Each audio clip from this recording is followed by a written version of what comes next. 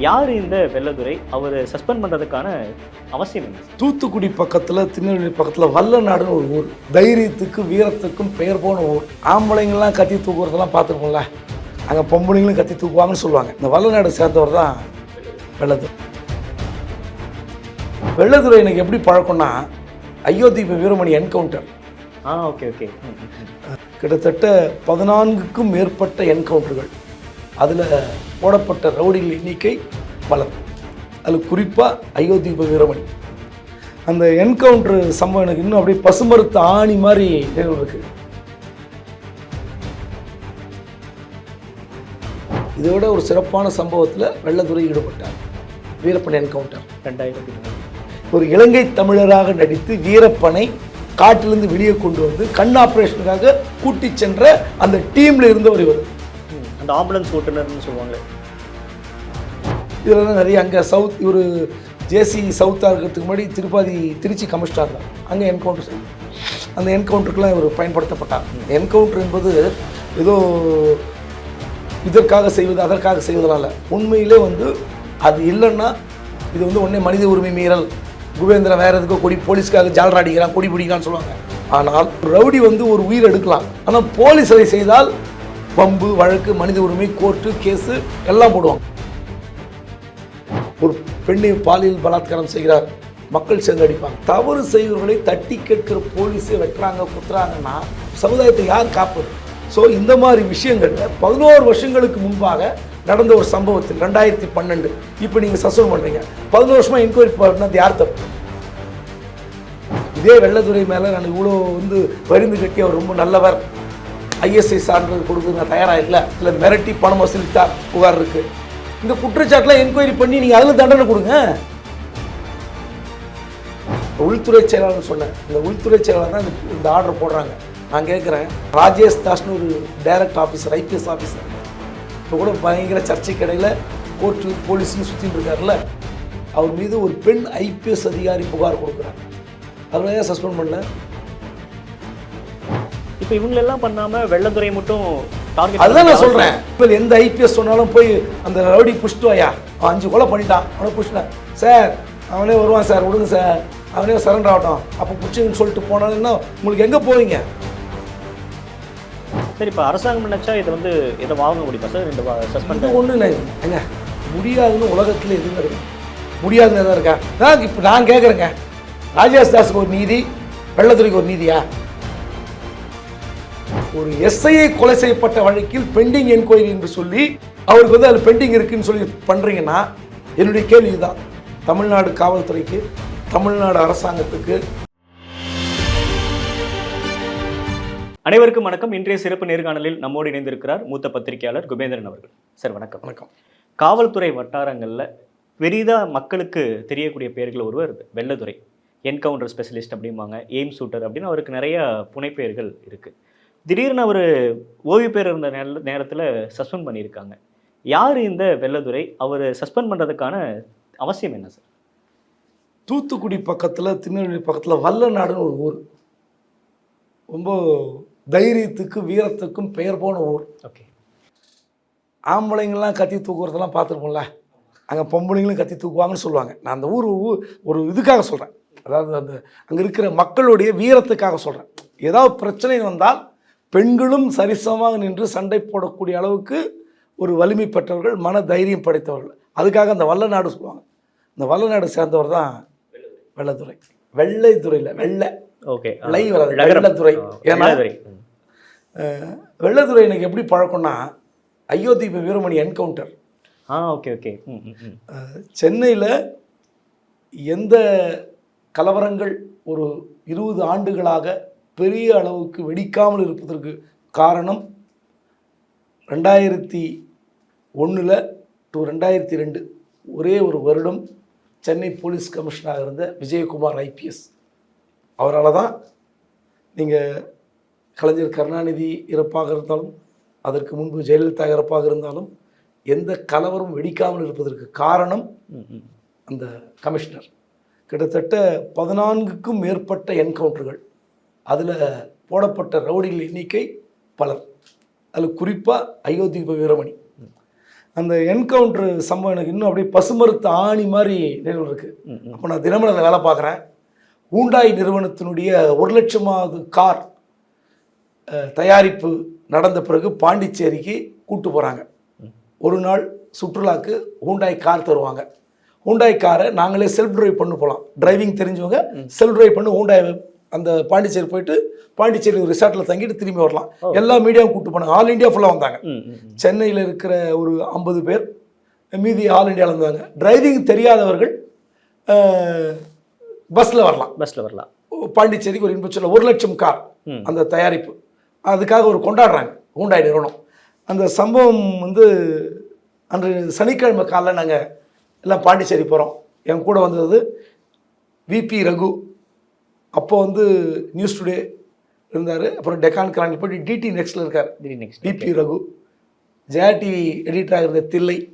நாங்கள்லாம் காரில் போயிட்டு ரிட்டன் வரோம். பாண்டிச்சேரி போயிட்டு வரீங்க, திரும்ப ரிட்டன் வரோம். ராஜ்பவன் கிட்ட வரேன். கிண்டி ராஜ்பவன் கிட்ட ஞாயிற்றுக்கிழமை வருகிறோம். கிட்டத்தட்ட அதிகாலை. நாங்கள் மற்றவங்கள 1 மணிக்கு செக் அவுட் பண்ணுறோன்னா கொஞ்சம் ஏழில் வந்துட்டோம். நானும் விபி ரகு ஜேர்னலிஸ்ட் 2 பேர் வரோம். எனக்கு ஒரு ஃபோன் கால் சண்டே, நல்லா ஞாபகம் இருக்குது. கிட்டத்தட்ட ஒரு 10 to 11 இருக்கும் அந்த டைம். இந்த மாதிரி வந்து வீரமணியை சுட்டுட்டாங்க அப்படின்னு எனக்கு ஒரு போலீஸ் எனக்கு மொபைல் ஃபோனில் மெசேஜ். ஓகே, ஆமாம். அந்த ஸ்பாட்டில் அங்கேயே இறங்குறேன் காரில். ரகு ஒரு வீட்டுக்கு போகிறேன்னார். நீங்கள் வீட்டுக்கு போங்கன்னு நான் அங்கே இறங்கி ஆஃபீஸுக்கு மெசேஜ் கொடுத்துட்டு அங்கே கிளம்பி ஆட்டோ பிடிச்சிட்டு நேராக ஸ்லம் கிளைன்ஸ் போர்டு ஆஃபீஸ்க்கு வரேன். அங்கே தான் அவரோட வீடு, ஐது வீரமணி வீடு. அந்த ஸ்பாட்டுக்கு வரேன். நான் வந்து ஆட்டோவில் இறங்கின பிறகு தான் joint commissioner south Tripathi DGP வந்துருட்டேன்ல அவர் கார் வருது. அதற்கு பிறகு தான் மயிலாப்பூர் ஏசி மிஸ்டர் முருகேசன் வராரு. யார்? கலைஞர் அரெஸ்ட் முறுக்கு முருகேசன் அவர் வராரு. அவர் என்னை கேட்ட கேள்வி, நாங்களே இப்போ தான் வரோம், நீ என்ன எங்கே நிற்கிறேன்னு கேட்டார். உனக்கு எப்படி இன்ஃபர்மேஷன் வந்துச்சு? முருகேசன் அந்த ஸ்பாட்டுக்கு வந்து அங்கே அதுக்குள்ளேயே பாடி வந்து அப்போலோவுக்கு போயிருக்கு. நாங்கள் உடனே அப்போலோவுக்கு போகிறோம். அப்போலோலேருந்து பாடியை செத்துட்டாருன்னு ராயப்பேட்டை கொண்டு வராங்க. இது அயோத்தி வீரமணி கேஸ். இது யார் சுட்டது? அடுத்து பரபரப்பில் அந்த செய்தியெல்லாம் போட்டாச்சு. மறுநாள் காலையில் காலங்காத்தால் 7 மணிக்கு கீழ்ப்பாக்கம் போலீஸ் எஸ்ஐ குவார்ட்டர்ஸில் இருக்கேன் நான். காலை 7 மணிக்கு வெள்ளத்துறை பிடிக்கணும். காலைல ஃபஸ்ட்டு பேட்டி எடுக்கணும், எக்ஸ்க்ளூசிவ். ஆமாம், ஏன்னா அங்கே சுட்ட பிறகு அவர் ஓடி போயிட்டார். அவர் ஒரு ஸ்கூட்டியில் ஒரு பெண் கிட்டேருந்து வாங்கி தப்பிச்சு போகிறார். லுங்கியில் துப்பாக்கி வச்சு போடுறாரு. Okay, encounter. உங்களுக்கு அது வரைக்கும் யார் பண்ணாங்கன்னு தெரியாது? இல்லை, தெரியும். ஆனால் இந்த நபர் தான் அப்படின்னு அந்த வெள்ளத்துறை பற்றி ஒரு வெள்ளத்துறை வந்து எஸ்ஐ மெரினா ஸ்டேஷனில் எஸ்ஐ. அதெல்லாம் நியூஸ்லாம் போட்டாச்சு. யார் இந்த வெள்ளத்துறைன்னு பேட்டி எடுக்கணும்ல, அந்த நபரை எடுக்கணும். இந்த 2002 அப்போ பெரிய எலக்ட்ரானிக் மீடியாவில் பெருசாக இருக்குது. Sun TV, Raj TV, Jaya TV, இவ்வளோதான் மெயின் டிவி. ஸோ காலைல 7 மணிக்கு 6:45 போட்டு 7 மணிக்கு அவர் போய் தொந்தரவு பண்ணி வீட்டுக்கு போகிறேன். அவர் ஒரு அரை மணி நேரம் 1 மணி நேரம் அவர் பிடிக்க முடியல. அதுக்கப்புறம் 8:10 உள்ளே போகிறேன். 8:10 உள்ளே போனால் ஒரு லிங்க்கு தான், நம்ம போலீஸ் சோர்ஸில் மூலிமா உள்ளே போனால் அவர் குடும்பத்தோடு உட்காந்து பழையது சாப்பிட்டுட்டு இருக்காரு. வீட்டில் தான் பார்க்குறீங்க? ஆமாம். 8:05 பழையது சாப்பிட்டுட்டு இருக்காரு. நான் உள்ளே போயிட்டேன். அவர் உட்காந்து உட்காருங்கன்னாரு. டிஃபன் சாப்பிட்டாருன்னாரு. பார்த்தா பழையது. நான் கேட்டேன், என்ன சாப்பிட்றீங்களா? பழையது இருக்குன்னாரு. சாப்பிட்டுட்டு பேட்டிலாம் கொடுக்க மாட்டேன், நீங்கள் விஷயத்தை கேளுங்க, நான் பேட்டின்னு என்கிட்ட போட்டுறக்கூடாது, எனக்கு இன்ஸ்ட்ரக்ஷன் கொடுத்தாங்க. நீங்கள் வீட்டை தேடி இவ்வளோ தூரம் எனக்கு பயங்கர போலீஸ் ஹையர் ஆஃபீஷியல் ஃபுல்லாக இன்ஃப்ளூயன்ஸ் பண்ணி உள்ளே வந்துட்டீங்க, நான் வீட்டுக்குள்ளே உங்களை பார்க்கக்கூடாதுன்றார். அந்தளவுக்கு ஒரு தெளிவான. அப்போ என்ன படிச்சிங்கன்னு கேட்டால் அப்போயே ஒரு எம்ஏ எம்ஃபில். அப்போ எம்ஏ எம்ஃபில்னா ப்ரொஃபஸராக ஒர்க் பண்ணுற அளவுக்கு அவர் படித்த படிப்புக்கு உண்மையிலே ஒரு காலேஜ் ப்ரொஃபஸராக இருந்திருக்கணும். அப்படிப்பட்ட வெள்ளைத்துறை. அது அயோத்தி வீரமணி மட்டுமல்ல, திருச்சியில் திரிபாதி அவர்கள் வேறு சில என்கவுண்டருக்கு பயன்படுத்தப்பட்டார். முட்டை ரவி அது மாதிரிலாம் சொல்லுவாங்க. மணல்மேடு சங்கர், முட்டை ரவி, இந்த மாதிரிலாம் நிறைய பேர் சொல்லுவாங்க. இதெல்லாம் நிறைய அங்கே சவுத் இவர் ஜேசி சவுத்தாக இருக்கிறதுக்கு முன்னாடி திருச்சி கமிஷனர் தான், அங்கே என்கவுண்டர் செய்யப்பட்டார். அந்த என்கவுண்டருக்கெலாம் இவர் பயன்படுத்தப்பட்டார். ஸோ எந்த ஒரு பயம் இல்லாமல், அச்சம் இல்லாமல் போலீஸ் அதிகாரிகள் சொல்கிற இந்த செயல்களை செய்வது என்பது ரொம்ப குறைவான அதிகாரி தான். என்கவுண்டர் என்பது ஏதோ இதற்காக செய்வது அதற்காக செய்வதனால உண்மையிலே வந்து அது இல்லைன்னா இது வந்து உடனே மனித உரிமை மீறல், குபேந்திரன் வேறு எதுக்கோ போலீஸ்க்காக ஜாலரா அடிக்கிறான், கொடி பிடிக்கிறான்னு சொல்லுவாங்க. ஆனால் நீங்கள் ஒரு ரவுடி வந்து ஒரு உயிர் எடுக்கலாம், சட்டத்துக்கு விரோதமாக உயிர் எடுக்கலாம். ஆனால் போலீஸ் அதை செய்தால் வம்பு வழக்கு, மனித உரிமை, கோர்ட்டு, கேஸு எல்லாம் போடுவாங்க. பார்த்துக்கிறீங்களா குடும்பம்? அது நீதிபதியும் வந்து அதுக்கு தலை சாட்டுவார். எப்படி வந்து நீங்கள் வந்து சொல்லலாம் இப்படிலாம் கேட்பாங்க. பனிஷ்மெண்ட்லாம் கூட வந்திருக்கு. ஆனால் அவர்கள் செய்கிற செயலை போலீஸ் செய்யக்கூடாது. சட்டத்துக்கு விரோதமாக செய்கிற செயலை சட்டத்துக்கு உட்பட்டு போலீஸ் செய்யக்கூடாது. ஆனால் சட்டத்துக்கு உட்பட்டு ஒரு பொய் கேஸ் தான் போடுவாங்க. நாங்கள் பிடிக்க போனோம், எங்களை கத்தியால் தாக்கினார்கள், இதெல்லாம் ஹம்பக் தான், நான் இல்லைன்னு சொல்ல. ஆனால் இந்த ரவுடி சில பேர் நம்ம சொல்லுவோம் தெரியுங்களா, பேப்பர் படிக்கிற ஒரு சாதாரண மக்கள் இவனெல்லாம் சுட்டு கொள்ளையான ஒரு பாலியல் வன்முறையில் ஒருத்தன் மாட்டிக்கிறான் என்ன சொல்லுவாங்க, அவனெல்லாம் சுட்டு கொண்டாதான் திருந்துவான் அப்படின்வாங்க. ஒன்றும் கிடையாது. ஒரு நம்ம கேகே நகர் இந்த சவுத் மெட்ராஸில் ஒரு பையன் இன்ஜினியரிங் ஸ்டூடெண்ட்டு ஒரு கேர்ளை கொலை பண்ணி குன்றத்தூரில் போய் போட்டு வந்தான். அப்புறம் அவங்க அம்மாவை மர்டர் பண்ணான், அப்பா வெட்டினான், எதிர் வீட்டுக்கார வெட்டினானே, அவருக்கு தப்பிச்சு. அந்த அக்யூஸ்ட்லாம் என்ன பண்ணணும்னு நினைப்பீங்க சாதாரண மக்கள்? கோவம் இருக்கும் அவங்களுக்குள்ள. என்கவுண்டர் போட்டு சுட்டு தள்ளணும், தூக்கில் போடணும் சொல்லுவாங்க. ஸோ அந்த என்கவுண்டர் என்பது வேண்டுமென்றே யாரையோ வந்து திட்டமிட்டு பழி வாங்குவதற்காக போலீஸ் செய்வதல்ல. இதில் நான் ரொம்ப உறுதியாக இருக்கேன். எந்த கட்டத்திலும் இப்படி தான் பேசுவேன். அதாவது இந்த மாதிரியான செயல்களை செய்வதற்கு போலீஸ் துறையில் வெகு விரல் விட்டு எண்ணக்கூடியதாக இருப்பாங்க. இந்த வம்பு வழக்குகளை இந்த செஞ்சு அப்படி என்கவுண்டர் செஞ்சால் எத்தனை கேஸு, எத்தனை என்கொயரி எல்லாத்தையும் பார்த்துட்டு வருவாங்க. அப்படிப்பட்டவர்களை கடைசி நாளில், ஓய்வு பெறுகிற நாளில் நீங்கள் வந்து பனிஷ்மெண்ட் கொடுத்து சஸ்பெண்ட் செய்வது மிக தவறானது என்று ஹைகோர்ட் சொல்லியிருக்கு. சரிங்களா? அப்போது நீங்கள் இந்த பனிஷ்மெண்ட் 6 மாதத்துக்கு முன்னாடி கொடுத்துருக்கலாம். இந்த கேஸ் கூட பார்த்தீங்கன்னா, இப்போது வெள்ளதுரையை வந்து சஸ்பெண்ட் பண்ண கேஸு 11 வருடங்களுக்கு முன்பு நடந்த ஒரு சம்பவத்தில் சிபிசிஐடி என்கொயரி பெண்டிங் அப்படின்னு சொல்லி சஸ்பெண்ட் பண்ணியிருக்காங்க. சரி, ஓகே. இது என்ன கேஸ் நீங்கள் பார்த்தீங்கன்னா, ஒரு எஸ்ஐ கொலை செய்யப்பட்ட வழக்கு. எப்படி? ஒரு எஸ்ஐ கொலை செய்யப்பட்ட ஆல்வின் சுதன் அவர் பேர். அந்த ஆல்வின் சுதன் வழக்கு எப்படின்னா, இந்த மாவட்டம்னா சிவகங்கை மாவட்டம். ஒரு அங்கே 2 கேங் ரைவலில் 2 பேருக்கு தகராறு நடக்குது. அதாவது 2012 ஆமாம் 2012ஆம் ஆண்டு அக்டோபர் 27ஆம் தேதி மருதுபாண்டியர் நினைவு தினம். இந்த நினைவு தினத்தில் வேம்பத்தூர் அந்த இடத்துல ஒரு பாதுகாப்பில் இருக்காங்க. அப்போ 2 குரூப்பில் தகராறாகுது. ஒன்று வந்து முளக்குளத்தை சேர்ந்த செல்லப்பாண்டியன் தரப்பிற்கும் புதுக்குளத்தை சேர்ந்த பிரபு தரப்பிற்கும் சண்டை நடக்குது. இது சம்பந்தமாக என்கொயரிக்கு போகிறார் ஆல்வின் சுதன். வந்து என்கொயரி யங் சாப், டைரக்ட் எஸ்ஐ அவர் போகிறாரு. அப்போ இந்த பிரபு கோஷ்டி அவரை வெட்டிடுறாங்க. என்கொயரிக்கு போனதுக்கே என்கொயரி போய் அவர் விசாரிக்கும் போது வெட்டிடுறாங்க. வெட்டின பிறகு அவர் கொண்டு வந்து ஹாஸ்பிட்டல் சேர்க்குறாங்க, செத்து போயிடுறாரு. இந்த கொலை வழக்கில் பிரபு, மகேஸ்வரன், முத்துக்குமார் அவங்கெல்லாம் வந்து திருப்பூர் நீதிமன்றத்தில் சரண்டர் ஆகிறாங்க. அப்போ வந்து எங்கள் உயிருக்கு பாதுகாப்பு இல்லை, எங்களை என்கவுண்டர் செஞ்சிருவாங்கன்னு சொல்லி சரண்டர் ஆகிறாங்க. இதுக்கப்புறம் மத்திய சிலை அடைக்கப்படுறாங்க. இந்த வழக்கில் சில பேர் குண்டர்சனில் கைது போடுறாங்க. அதுக்கப்புறம் எங்கேயோ போகும்போது தான் இந்த தகராறில் பிரபு, பாரதி, சித்திரைவேல் 3 பேரும் தப்பி விட்டு செல்வதாக தகவல் வந்து அப்போ வந்து ஷூட் பண்ணுறாங்க. ஷூட் பண்ணதில் தான் இதில் 2 பேரில் ஒரு ஆள் எங்கேயோ, அதுக்கப்புறம் சம்பவம் 2-3 நாள் கழித்து நடக்குதுன்னு நினைக்கிறேன், சம்பவத்தில் ஷூட் பண்ணுறாங்க. அதில் என்கவுண்டர் பண்ணுறாங்க, 2 பேர் செத்துறாங்க. அந்த வேலையை செய்தவர் வெள்ளதுரை. ஒரு எஸ்ஐயை வெட்டி கொள்கிறார்கள் அப்படின்னும் போது அந்த வழக்கில் கைதாகிறாங்க. வேற ஒரு கேஸுக்காக கொண்டு போகும்போது தான் இந்த தகராறில் போடுறாங்க. இது திட்டமிட்ட என்கவுண்டர் தான். அது நான் ஒன்றும் போலீஸ்க்கு வந்து வக்காலத்தெலாம் வாங்கலை.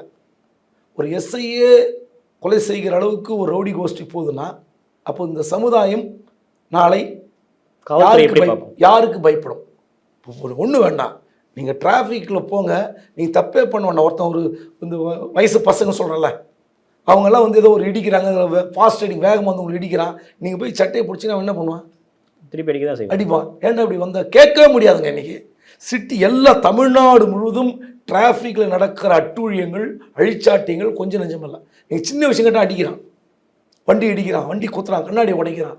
ஹெல்மெட் எடுத்து அடிக்கிறான், புது கார் கொடுத்தா ஸ்க்ராட்ச் போட்டு போகிறாங்க. இந்த அளவுக்கு சமுதாயம் சொன்னதை கேட்க மறுக்கிறது.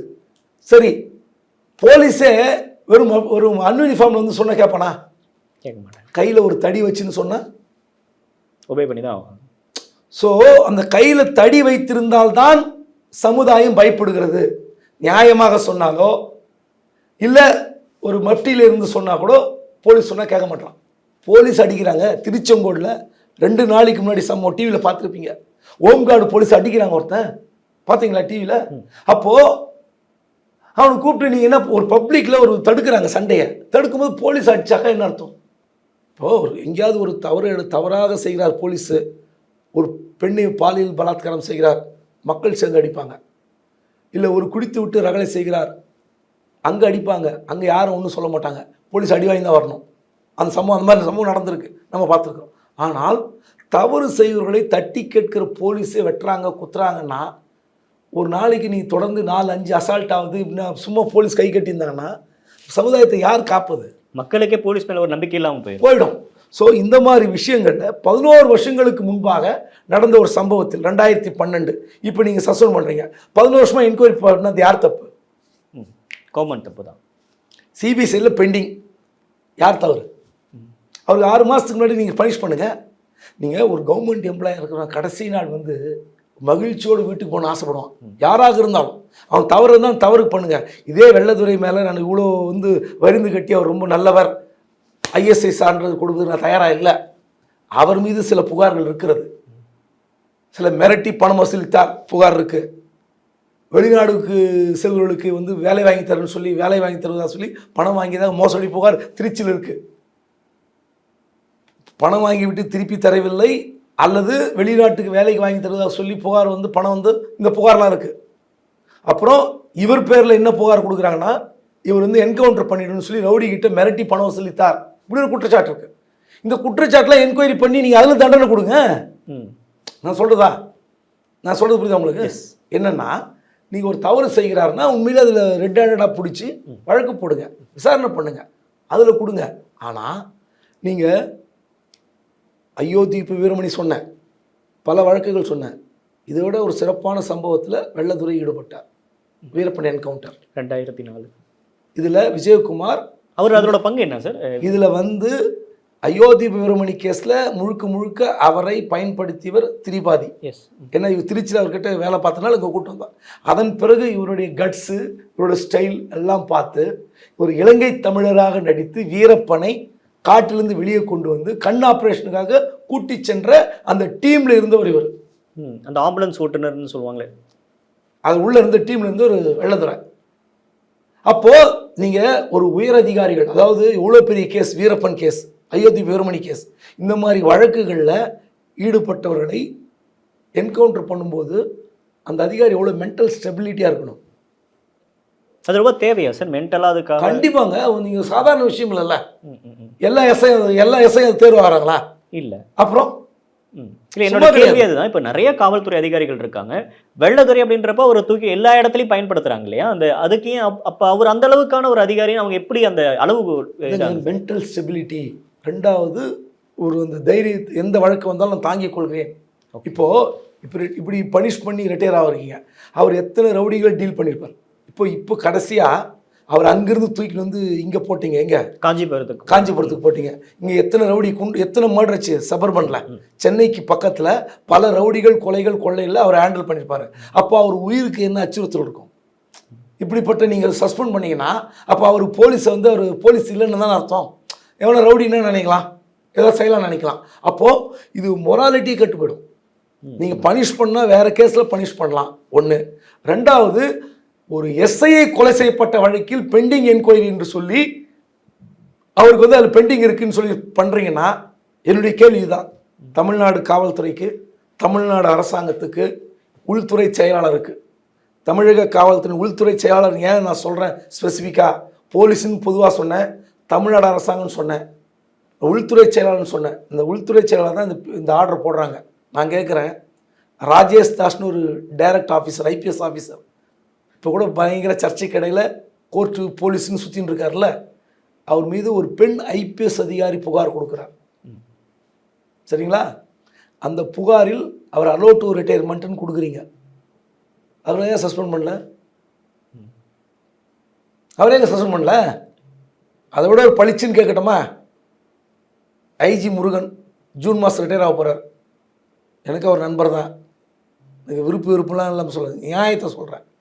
அவர் மேலே சிபிசிடி என்கொயரி இருக்குது. அதே போல் ஒரு பெண் அதிகாரி புகார் கொடுத்துருக்குறாங்க, அவர் மீது புகார் கொடுத்துருக்குறாங்க. அந்த புகாரில் சஸ்பெண்ட் பண்ணிடுறீங்களா? இப்போ இவங்களெல்லாம் பண்ணாமல் வெள்ளத்துறை மட்டும் டார்கெட், அதுதான் நான் சொல்கிறேன். நீங்கள் ஒரு டைரக்ட் ஐஏஎஸ் ஐபிஎஸ் ஆஃபீஸர்னால் நீங்கள் காட்டுற சலுகை என்ன? அந்த புகாரோடைய தன்மை என்ன? புகாரில் அவ்வளோ பெரிய கொடும் குற்றம் இருக்கிறது. ஒரு பெண் ஐபிஎஸ் அதிகாரி புகார் கொடுத்துருக்கிறார், பாலியல் புகார். அவரை அலோ டு ரிட்டையர்மெண்ட் பண்ணுறீங்க. இன்னொரு அதிகாரி பாலியல் புகாரில் சிக்கி சிபிசிஐடி என்கொயரி பெண்டிங் இருக்குது. அந்த அதிகாரி சஸ்பெண்ட் பண்ணுவீங்களா அடுத்த மாதம்? உள்துறை செயலாளரை கேட்குறேன். எனக்கு ஒன்றும் யார் மேலே இது கிடையாது, விருப்பு கிடையாது, ஜென்ரலாக கேட்குறேன். அப்போது நீங்கள் வழக்குகள் விசாரணை செய்து தகுந்த தண்டனை கொடுப்பதற்கு இத்தனை ஆண்டு காலம் ஏன் எடுத்துக்கிட்டீங்கன்னு கேட்குறேன். 11 ஆண்டுகள் விசாரணை நடத்த வேண்டிய பொறுப்பு யாருது? அரசாங்கத்தில் இருக்குது. அரசாங்கம். நீங்கள் உடனே என்கொயரி பண்ணி அவருக்கு பனிஷ்மெண்ட் கொடுங்க, தப்பு கிடையாது. நீங்கள் கடைசி நாள் ஓய்வு பெறுகிற நாளில் அவரோட பேர் ஒரு களங்கம் தெரிவிக்கிற மாதிரி களங்கம் கற்பிக்கிறது மட்டும் இல்லைங்க. அவன் ஒரு அரசு ஊழியன் கடைசி நாளில் ஓய்வு பெறும்போது அந்த குடும்பம் எப்படி ஒரு மகிழ்ச்சி அடையும், வீட்டுக்கு வரவேற்பாங்கள்ல. சரி, இத்தனை நாள் சர்வீஸ் பண்ணீங்க, உங்கள் சர்வீஸ் அங்கீகரித்து பாராட்டி மாலை போட்டு நீங்கள் அனுப்பணும். ஒரு ரிட்டையர்மெண்ட் ஃபங்க்ஷன்னா அவருக்கு ஒரு பாராட்டி மாலை போடுவாங்க. இப்போ வெள்ளதொரு நிலைமை என்ன? அது எப்படி ஒரு பெரிய ரவுடி என்கவுண்டர் பண்ணி தமிழ்நாடு மட்டுமல்ல 3 ஸ்டேட்டுக்கு சிம்ம சொப்பனமாக இருந்த வீரப்பனை, ஜெயலலிதா அவர்களுக்கு பேரும் புகழும் வாங்கி கொடுத்த ஒரு சம்பவத்தை, அப்படிப்பட்ட சம்பவத்தில் ஈடுபட்ட ஒரு சந்தனமர கடத்தல்காரன் வீரப்பனை அந்த என்கவுண்டர் பண்ண டீமில் இருக்கிறவனுக்கு நீங்கள் இப்படி தான் கொடுப்பீங்களா? கேள்வி வருமா வராதா?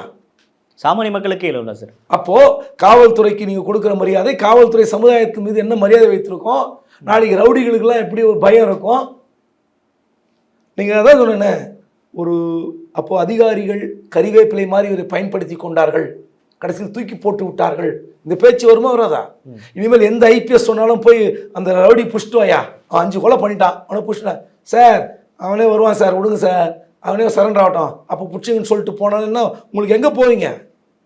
லா அண்ட் ஆர்டர் இன்னும் மோசமாக போயிடும். ஆமாம். அப்போது ஒரு சம்பவத்தில் என்ன நடக்கிறது, அந்த சம்பவத்தின் விசாரணை என்ன, அதுக்கு என்ன பனிஷ்மெண்ட், இதெல்லாம் இந்த 3த்தையும் நீங்கள் நேர்கோட்டில் இணைச்சிங்கன்னா அரசாங்கத்துக்கு என்ன பொறுப்பு? சார், இப்போ எனக்கு ஒரு கேள்வி சார். இப்போ ஒரு அரசாங்கம் ஒன்று சொல்லாமல் என்ன சொன்னாங்களோ அதை செய்யக்கூடிய வேலை தான் காவல்துறையோட வேலையார்கள். டூ ஆர் டை சே அப்படின்ற மாதிரி அவங்க சொல்லுவாங்க. அந்த ஒபே த ஆர்டரை அவர் நல்லா ஃபாலோ பண்ணியிருக்கனால தான் இன்றைக்கி அவருக்கு எல்லாமே கொடுத்துருக்காங்க. இப்போ திடீர்னு அவர் ரிட்டையர் ஆக வேண்டிய சமயத்தில் அவருக்கு ஒரு சஸ்பெண்ட் பண்ணுறாங்கன்றப்ப இத்தனை இதையும் அவர் தனியாளாக ஃபேஸ் பண்ணுறப்ப எந்த ஒரு சப்போர்ட்டும் இருக்காது இல்லை அவருக்கு? இல்லை, நான் சப்போர்ட்லாம் இருந்திருக்கோம், இல்லைன்னு சொல்ல. அதாவது அவர் மீது சில குற்றச்சாட்டுகள் சொன்ன தெரியுமா, அதில் அவர் பெயர் கொஞ்சம் டேமேஜ். அந்த அயோத்தி வீரமணி 2002, 2004 வீரப்பன், அதன் பிறகு பல்வேறு சம்பவங்கள் இருக்கலாம், இந்த ஆல்வின் சுதரலாம். அதுக்கப்புறம் 2014-16 அவர் பேரில் சில டேமேஜ் இருக்குது. இந்த பணம் கொடுக்கல் வாங்கல், அப்புறம் அங்கே வசூல் பண்ணுறாரு, இங்கே வசூல் பண்ணுறாரு, இந்த குற்றச்சாட்டுகள் இருக்கிறது. அதனால் இப்போ அவரை நம்பியிருந்த அதிகாரிகளுக்கு ஒரு சங்கடம் இருக்கலாம், இல்லைன்னு சொல்ல. இவனை நல்ல பையன் நினச்சோம், நல்ல டீம் வளர்த்தோம், இவன் இந்த பண விவகாரத்தில் பேர் கெடுத்துக்கிட்டான், ஒரு கோபம் இருக்கலாம். நான் அவர் மீது இந்த குற்றச்சாட்டுக்கு உள்ளே போகலை, ஆனால் அந்த குற்றச்சாட்டு பெண்டிங் இருந்தால் அதை சஸ்பெண்ட் பண்ணு. அதான் நான் சொல்கிறேன். அப்போது நீங்கள் சொல்வதை செய்யக்கூடியவர்களுக்கு மொராலிட்டி, இந்த போலீஸில் மொராலிட்டி போகிறத விடுங்க. இப்போது இந்த இத்தனை வேலைகள் செய்து என்கவுண்டர் செய்தது யாருக்காக இந்த கேள்வி வரும்ல. அதுவும் ஒரு எஸ்ஐ அதுவும் அந்த சமுதாயம் இருக்குல்ல, நான் அந்த ஆல்வின் சுதன் பண்ண டீம் யாருன்னு எல்லாருக்கும் தெரியும், சொன்னால் அது ஒரு சிக்கல் வரும். ஸோ அப்படிப்பட்ட சமுதாயத்துக்கு அதே சமுதாயத்தை சேர்ந்த ஒருவரை நியமித்து அடக்குகிற அளவுக்கு தான் தமிழ்நாடு அரசாங்கம் இருக்குது. நிறைய உள் அரசியல் கணக்குகள்லாம் இருக்குது. அப்படிப்பட்ட விஷயத்தில் துணிச்சலாக செய்கிற ஒரு நபருக்கு நீங்கள் கொடுக்குற பாராட்டும் பத்திரமும் இதுதானா? கடைசி நாள் உண்மையிலே நீங்கள் அவர் தப்பு பண்ணியிருந்தாருன்னா நீங்கள் 2023 டிசம்பர் பண்ணுங்கள், 6 மாதம் பண்ணுங்கள், ஏன்னா அந்த பனிஷ்மெண்ட் சஸ்பெண்ட் பண்ணியிருந்தாருன்னா அவர் கோர்ட்டுக்கு போயிருப்பார், அந்த பனிஷ்மெண்ட்டுக்கு தீர்வு கண்டிருப்பார். அதில் ஒரு வேலை அப்பீல்லையே அவருக்கு வந்து தப்புன்னு ப்ரூவ் பண்ணால் வீட்டுக்கு போட்டோம், சஸ்பெண்டில். இல்லை அவர் செய்தது சரிதான் அப்படின்னா தீர்ப்பு வந்த பிறகு அவர் நிம்மதியாக அந்த தீர்ப்பில் அவர் சரிதான்னு சொன்னாங்கன்னா பீஸ்ஃபுல் ரிட்டையர்மெண்ட்டில் அவருக்கு இன்னைக்கு நீங்கள் 6 மாதத்துக்கு முன்னாடி பண்ணால் அவர் அப்பீல் போய் பீஸ்ஃபுல் ரிட்டையர்மெண்ட் வந்திருப்பாரா இல்லையா? சொல்கிறேன், அவர் செய்தது சரின்னா. அப்போது இவர்கள் செய்கிற இந்த வேலைக்கும் காவல்துறை சம்மந்தப்பட்டவர் திணிக்கும். தமிழ்நாடு வந்து இப்போ வந்து அவர் சஸ்பெண்ட் பண்ணியிருக்கேன். இப்போது டிஜிபி சங்கர் ஜிவால் அவர் பீஸ்ஃபுல் ரிட்டையர்மெண்ட்டுக்கு தான் எழுதி அனுப்புறதா தகவல். ஆமாம், அப்படி தான் சொல்கிறாங்க. ஆனால் ஹோம் செக்ரட்டரி சஸ்பெண்ட் பண்ணியிருக்காங்க பேஸ்ட் ஆன் ரெக்கார்ட்ஸ், ரைட். ஆனால் இது சரியா? அவங்க மனசாட்சிக்கு உட்பட்டு தீர்மானிக்கட்டும். நம்ம வந்து கோரிக்கை தான் வைக்க முடியும். இப்படிப்பட்ட செயலை தமிழ்நாடு அரசாங்கம் பார்த்து கொண்டிருந்தால் நாளை நீங்கள் ஒரு முக்கியமான காலகட்டத்தில் இல்லை முக்கியமான ஒரு கொடுமையான ஒரு சூழலில் போலீஸ் அதிகாரிகள் தங்களுக்கு என்ன என்று ஒதுங்கி கொண்டால் இந்த சமுதாயம் பாதிக்கப்படும். அந்த சமுதாயம் பாதிக்கப்படும் போது அந்த அரசாங்கத்துக்கு அவப்பெயர். இதுதான் யதார்த்தம். சரி, இப்போ அரசாங்கம் நினைச்சா இதை வந்து எதை வாங்க முடியுமா சார்? இந்த சஸ்பெண்ட் இது ஒன்று எங்க முடியாதுன்னு உலகத்தில் எதுவுமே கிடையாது. முடியாதுன்னு எதாவது இருக்கா? மாற்ற முடியாதுன்னு எதாவது இருக்கா? அரசியல் சாசன சட்டத்தையே திருத்த முடியுது. இது என்ன இருக்கு? ஒரு என்கொயரி போட்டு ரிவோக் பண்ண முடிஞ்சு போச்சு. என்ன இருக்கு? இப்போ நான் கேட்குறேங்க, ராஜேஷ் தாஸுக்கு ஒரு நீதி, வெள்ளத்துறைக்கு ஒரு நீதியா? சொல்லுங்க. அவர் அலோட் ட்ரீட்மெண்ட் எப்படி கொடுத்தீங்க? அந்த கேஸில் ட்ரீட்மெண்ட் கொடுத்துட்டாங்களா? ஜெயிலுக்கு போயிட்டாரா? சுப்ரீம் கோர்ட்டில் போய் ஸ்டே வாங்கி வச்சிருக்காரு. அவருக்கு ஒரு வாய்ப்பு கொடுக்குறப்ப அதுதான் சொன்னேன், அவருக்கு ஒரு நீதி இவருக்கு ஒரு நீதினு எப்படி வர முடியும்? நீங்கள் ராஜேஷ் தாஸை சஸ்பெண்ட் பண்ணி ஜெயிலுக்கு அமிச்சிங்களா? இல்லையே. அதனால சொல்கிறேன், கண்டிப்பாக வாய்ப்பு இருக்குது. அதுக்கான முயற்சியை போலீஸ் அதிகாரிகள் உண்மையிலே அவரை பயன்படுத்திய ஓய்வு பெற்ற அதிகாரிகள் யார்? முன்னாள் டிஜிபி திரிபாதி, முன்னாள் டிஜிபி விஜயகுமார், அவங்களுக்குலாம் அதில் வந்து கொஞ்சமாச்சும் ஒரு மனசு வந்து இறங்கினா இது நல்லது நடக்கும் அவருக்கு. அவங்கெல்லாம் வந்து கண்டிப்பாக அவங்களுக்கும் ஒரு மரியாதை இருக்குது. டிபார்ட்மெண்ட்டில் ரிட்டையர் ஆனாலும் அவருக்கு ஒரு மரியாதை இருக்குது. உண்மையிலே அவர்களாம் வந்து களத்தில் இறங்கி இதற்கு தீர்வு காண வேண்டும் என்று நான் என்னை தனிப்பட்ட விஷயத்தில் விரும்புகிறேன். சார், 2021 என்னோட நினைவு சரியாக இருக்கும்னு நினைக்கிறேன். இப்போ டிஎம்கே ஆட்சி வந்ததுக்கப்புறம் அந்த காஞ்சிபுரம் இந்த சர்க்கிளில் வந்து ரவுடிஸோட இது அதிகமாக இருக்குது, யாரும் வந்து இன்வெஸ்ட் பண்ணவே வரமாட்டாங்க அப்படின்றப்ப இவரை தானே சார் பயன்படுத்துனாங்க. அது உண்மையா அந்த தகவல்? இல்லை, இங்கேயே 2-3 என்கவுண்டர் நடந்தது ஒரு வந்த பிறகு. பேர் ஞாபகம் இல்லை எனக்கு.